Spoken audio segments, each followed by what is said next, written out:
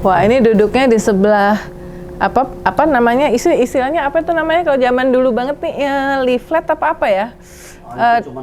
Dari Presiden JNI, tapi kan minimal udah sering ketemu dan berteman. Kita mah kalau ke sana cuman begini-begini depan pagarnya doang.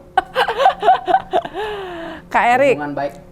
Makanya. Nah, yang wajib dijaga dan kepercayaan dia kepada Indonesia ya kita wajib jaga. Kak Erik, jadi sebelum masuk ke politik ada satu nih sebagai transisi ya. Jadi kalau kita kebetulan saya ini mantan bos saya. Oh enggak. di Antv. Rekan kerja. Nah, jadi kan momen titiknya itu ketika menjadi ketua INASGOG Asian Games. Langsung ke internasional. Meskipun sebelumnya udah jadi buah bibir pemberitaan, terutama ketika menjadi El Presidente, ya, Inter Milan ya. Kalau dulu tuh kita ngelihat, kita monitor tuh wartawan di Milan itu udah nongkrongin di bandara kalau El Presidente mendarat di sana ya. Padahal yang kayak gitu belum pernah dialami di Indonesia, benar nggak? Belum segitunya kan. Nah, tapi sesudah momennya itu semua orang saya rasa sepakat ketika Asian Games sukses ya, kemudian diangkat menjadi ketua tim suksesnya Presiden Jokowi di 2019, kemudian jadi Menteri BUMN dan banyak urusan transformasi segala macam tuh, grafik visibility-nya Erick Thohir itu naik sejak itu ya. Jadi naik terus nih. Terus surveinya juga sebagai cawapres juga naik ya, paling tinggi ya. Kira-kira menurut Kak Erik, grafik visibility personalnya Kak Erik yang ujungnya nanti di peluang di 2024 itu bakal gitu terus nggak? Nggak tahu. Berasa nggak? Kan naik, bener nggak? Berasa baik nanti aku bilang. Kalau kita bicara apresiasi, saya sejak awal kinerja yang akan menentukan masyarakat menilai kita, bukan sekedar gimmick pencitraan. Gitu. Memang salah kalau kita kerja tidak diberitahu, dipromosikan, itu salah. Tapi ketika pencitraan, promosi itu nomor satu, tetapi backbone hasilnya nggak ada, saya rasa bukan saya. Jadi kalau Mbak bicara tadi mengenai Inter Milan misalnya, tidak mungkin seorang Erick Thohir diapresiasi di Italia sampai hari ini kalau tidak mereka melihat bagaimana saya menyelamatkan Inter Milan dari kebangkrutan. Dan tidak populer ketika saya tidak pernah ngejanjiin Inter Milan juara. Saya cuma janjiin waktu itu, oh keuangannya diperbaikin, oh kita mau masuk Champions League, oh begini gitu loh. Jadi mungkin buat orang nggak exciting. Tapi hari ini fans Inter, masyarakat Italia apresiasi sama saya, termasuk Presiden Gianni, melihat bahwa saya bukan orang yang investasi di klub, mengelola klub itu buat euforia pribadi, tapi sebagai tanggung jawab. Ya. Nah, kalau kita lihat juga, Mbak tahu bagaimana Asian Games itu dengan waktu 28 bulan bisa selesai, ya itu pun sama. Karena juga saya merasa bertanggung jawab, tetapi metode sama. Ada tim di belakang itu. Ya, kalau kita ingat waktu itu, Bu Puan sangat bantu, Pak JK sangat bantu, semua pihak sangat bantu, Presiden sangat turun gitu. Dan berlanjut tentu sampai hari ini. Nah, kalau Mbak tanya mengenai gimana ke depannya, kan ini ada 3 komponen yang kita juga harus sadari. Koalisi. Kan memang aturannya harus 20%. Yeah. Artinya hari ini PAN konsisten mendukung saya. Saya terima kasih kepada Pak Zul dan teman-teman di PAN yang percaya sama saya karena track record saya. Belum lagi kedekatan daripada Pak Zul dengan keluarga saya bukan karena politik, karena memang sudah lama saling tahu. Nah, tapi kan kembali koalisi itu baru terbentuk ataupun bisa berubah bentuknya. Yeah. Gitu. Nah, kita lihat. Nah, itu menurut saya jadi masih ada proses. Yang kedua, nah kembali. Nah, ini saya perlu chemistry. Ya. Chemistry tentu calon presidennya siapa?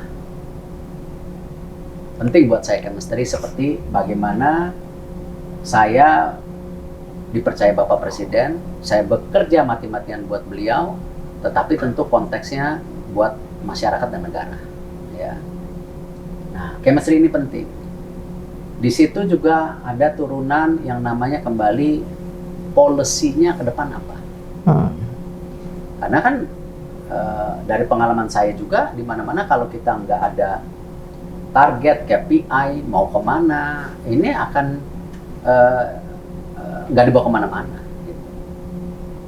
Nah, dan tentu yang terakhir ya kembali kita perlu percaya Allah itu yang Maha Kuasa.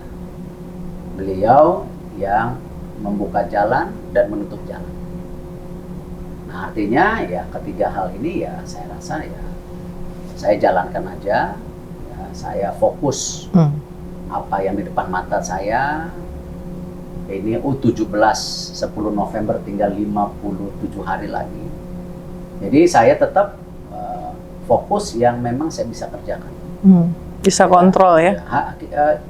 Mungkin kunci saya, Mbak, salah satunya kalau saya boleh membanggakan diri saya, kan bolehlah namanya manusia. Ya, bagaimana saya memanage ego, managing ego. Yeah. Itu yang mungkin menjadi kekuatan saya juga. Saya bisa diterima dimanapun. Oke.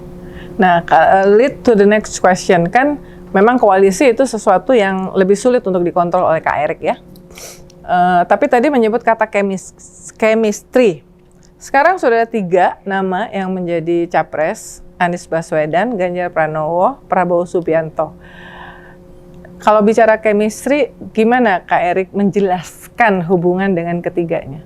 Kalau kita bicara tiga-tiganya dari hubungan kerja selama ini baik. Saya dengan Pak Anies di awal-awal, kalau Mbak Uni ingat, itu 12 program Pak Jokowi. Di mana di Februari 2018 itu ada ratas, 2019 ada ratas. Pak Jokowi punya visi menjadikan satu transportasi moda di DKI, antara bis, LRT, MRT, semua jadi satu, seperti yang ada di Inggris dan di Singapura. Nah, waktu itu saya diminta, ayo Pak Erik konsolidasi dengan DKI Pak Anies. Saya datang ke Pak Anies waktu itu, kalau ingat saya sempat jalan kaki. Nah, nanti disangka gimmick waktu itu. Enggak, karena waktu itu saya pikir di sebelah. Iya, cuman di sebelah. Iya kan, gitu. Ya, ini menurut saya ya saya jalan aja gitu. Dan di situ pertemuannya bagus. Kita bisa sukses untuk pilot project waktu itu di Tanah Abang. Kan lihat bagaimana Tanah Abang rapi sekarang. Lalu kita kembangkan ke beberapa titik. Lalu sama Pak Prabowo waktu itu awalnya di pembongkaran kasus korupsi Asabri. Karena tetap ketika Jiwasraya terjadi, Asabri ini lain lagi. Karena ini pensiunannya TNI Polri. Kita berhubungan sama ya kekuasaan lain. Nah, di situ saya laporkan ke Bapak Presiden, oke. Saya ketemu Pak Prabowo di kantornya. Beliau bilang, oke, buka.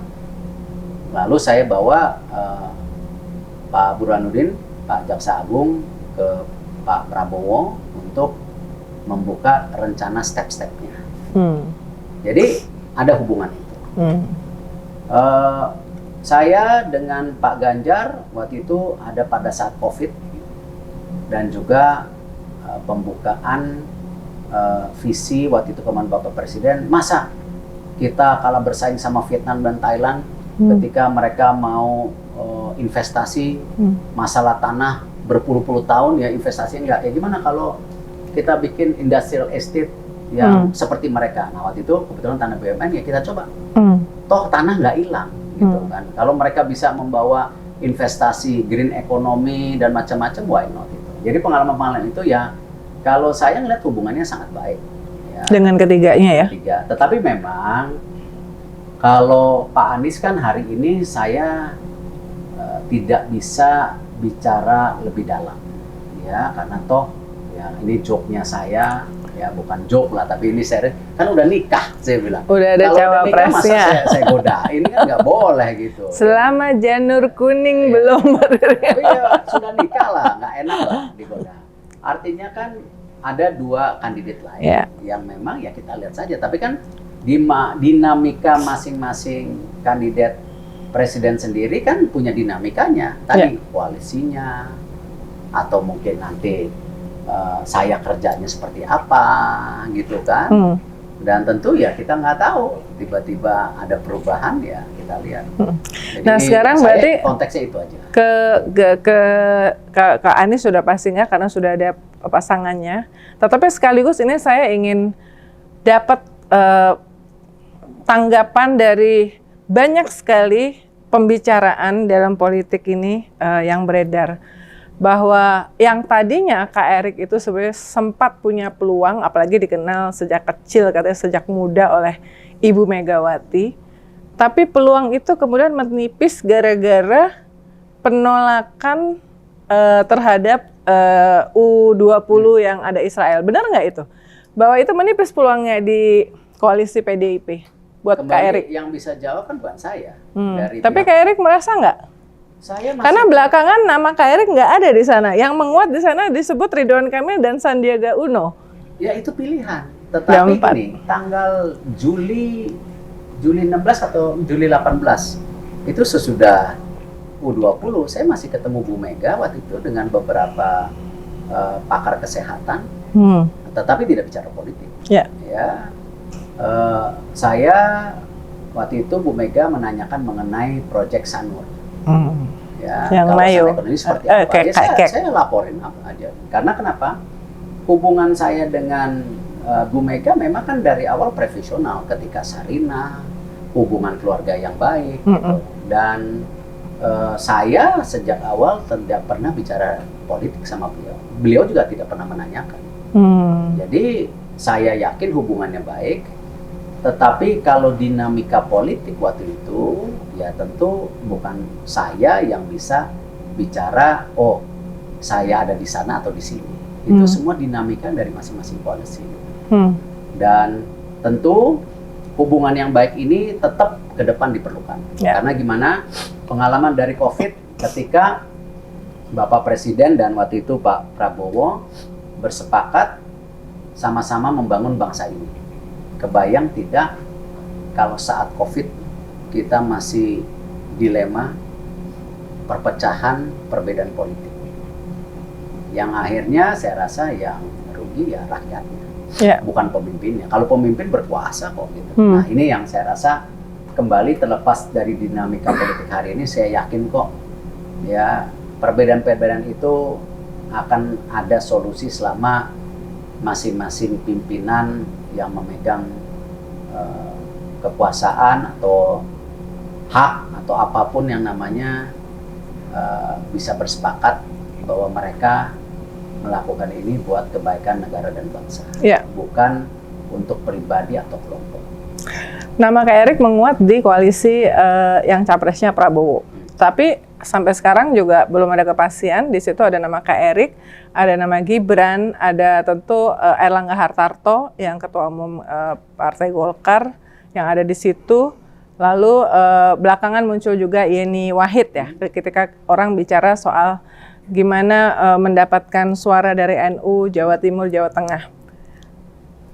Kak Erik melihat peluangnya gimana? Sama juga, kan selama tadi kalau saya lihat koalisinya belum firm, belum ada kesepakatan, black and white, ya, nama-nama itu pasti berkembang, gitu.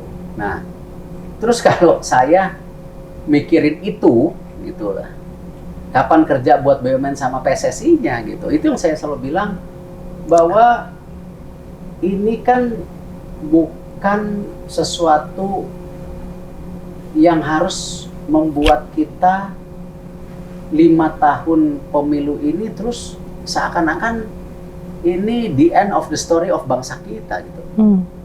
Titik akhir dari sebuah negara Indonesia, tidak. Umuran kita sudah 78 tahun. Kalau dunia sepak bola udah ratusan tahun gitu kan. Dan saya rasa di BUMN pun sama, saya jelaskan tadi. Bukan, tadi pagi saya ngumpulin direksi BUMN. Saya bilang, ingat loh, ya, keberlangsungan BUMN ini bukan karena pemilu 5 tahun.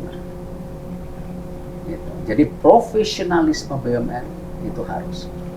Bahkan tadi wamen saya ketika ada makan malam nih, Wamen Rosan kan juga. Makan malam sama keluarga. Kita dekat sama dua-duanya. Iya, makan malam sama keluarganya. Ini hal-hal yang generasi apa nih, Z kali Z. ya. Ya kan? Ketika makan malam,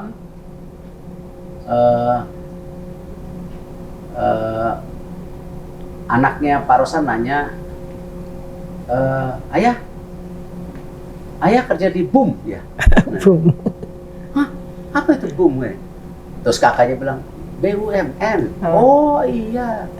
Terus anaknya bicara, BUM itu versinya dia buat untuk masyarakat nyaman. Oh. Tadi N. Wah, itu bisa jadi logo ya, tagline. Artinya apa? Artinya apa?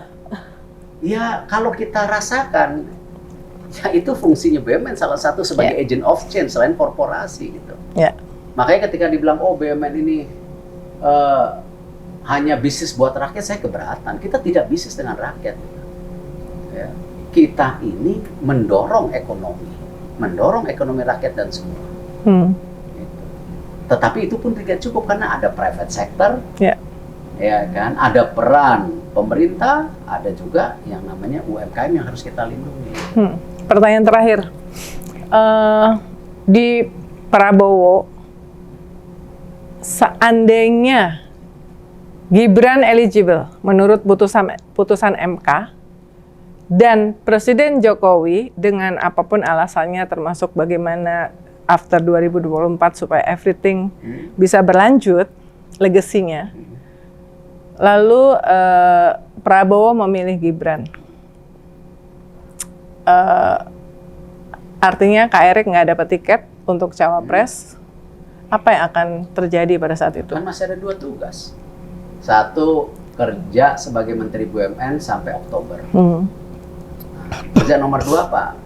Kontrak sama PSSI sampai 2027 masih ada 2. Tapi karir politik? Tapi itulah, saya rasa saya orang private sector, Mbak. Dan saya itu tidak melihat ya politik itu segala-galanya. Saya lebih melihat apa? Bisa nggak politik ini dipakai buat kesejahteraan rakyat? Bukan hanya wacana, pemikiran, gitu. Salah satu kelemahan bangsa kita itu kan, dan dari dulu, visi, konsep, ya, implementasinya lemah. Ya, kita suka joke, bercanda, oh makalah segini, hanya makalah. Kemarin Pak Jokowi bilang, bagaimana bicara stunting, kan ada tuh. Dari dana 10M, 8M buat administrasi, 2M buat program, ya itulah the fact yang harus ya nggak bisa terus-menerus begini gitu. Nah jadi kalau selama yang namanya politik itu dipakai buat ya kebaikan, oke. Tetapi kalau politik itu hanya sebagai pemusatan kekuasaan, ya yang menguntungkan pribadi, kelompok, ya saya rasa saya nggak mau di situ. Saya rasa saya bisa kontribusi. Seberapa loyal Kak Erik sama Pak Jokowi? Sehingga kalau nanti ternyata ada penugasan khusus, apakah jadi cawapresnya siapa atau membantu pasangan siapa dari Pak Jokowi, Kak Erik akan ngikut? Saya nggak bisa bicara apakah itu terjadi, saya nggak tahu.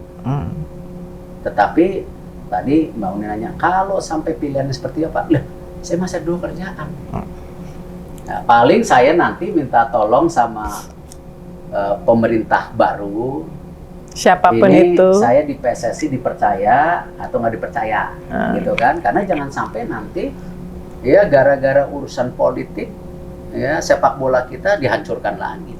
Karena cuman tadi balas dendam politik. Karena sepak bola ini luar biasa. Ya. Dan ini kita lagi punya generasi emas. Ya. Ya, generasi emas tim sepak bola kita yang sedang menuju bagus. Ya. Dan ini tidak datang, mohon maaf, 50 tahun sekali. Ya. Ya, Portugal punya generasi emas. Ya, tapi tidak bisa juara dunia. Sekarang lagi pusing bikin generasi emas baru, ya kan? Jerman. Bayangkan Jerman, salah satu kiblat sepak bola, hari ini kalah 4-1 sama Jepang. Hah? Ketemu kita lagi di Piala Asia Jepang nanti. Ya, tapi itulah artinya apa? Menurut saya ya kembali ada program-program real nyata yang memang itu menjadi hal yang penting. Gitu. Tidak hanya konteks kekuasaan. Gitu. Percuma kekuasaan kita pakai buat hal-hal yang tidak baik juga jangan lambat ya, mendingan.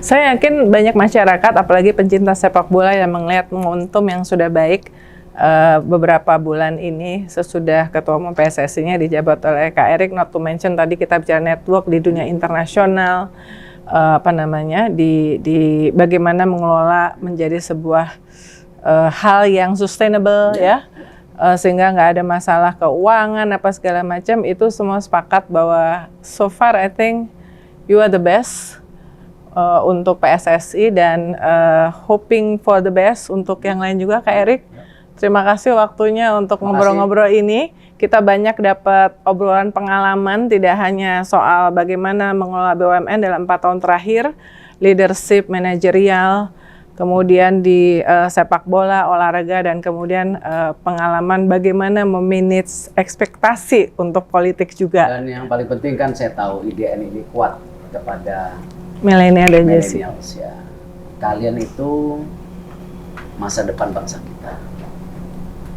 Jadi saya benar-benar nitip momentum bangsa kita ini hanya 15 tahun. Ya, 2038. Ketika piramidanya masih seperti ini, di mana yang muda lebih banyak daripada yang 60%. Ya, yang berumur lah. Tetapi ketika piramidanya balik, kita belum tembus ekonomi yang baik. Ya, pertumbuhan ekonomi juga udah mulai menurun, ongkos biaya kesehatan akan jadi tinggi. Hari ini kita menghadapi subsidi energi 540 triliun. Nah, nanti bagaimana subsidi kesehatan ketika mayoritas kita tua? Nah, artinya apa? Ini momentum buat para generasi muda yang benar-benar saya titipkan. Ya. Momentum yang tidak datang 2 kali dan waktunya 15 tahun. Oke.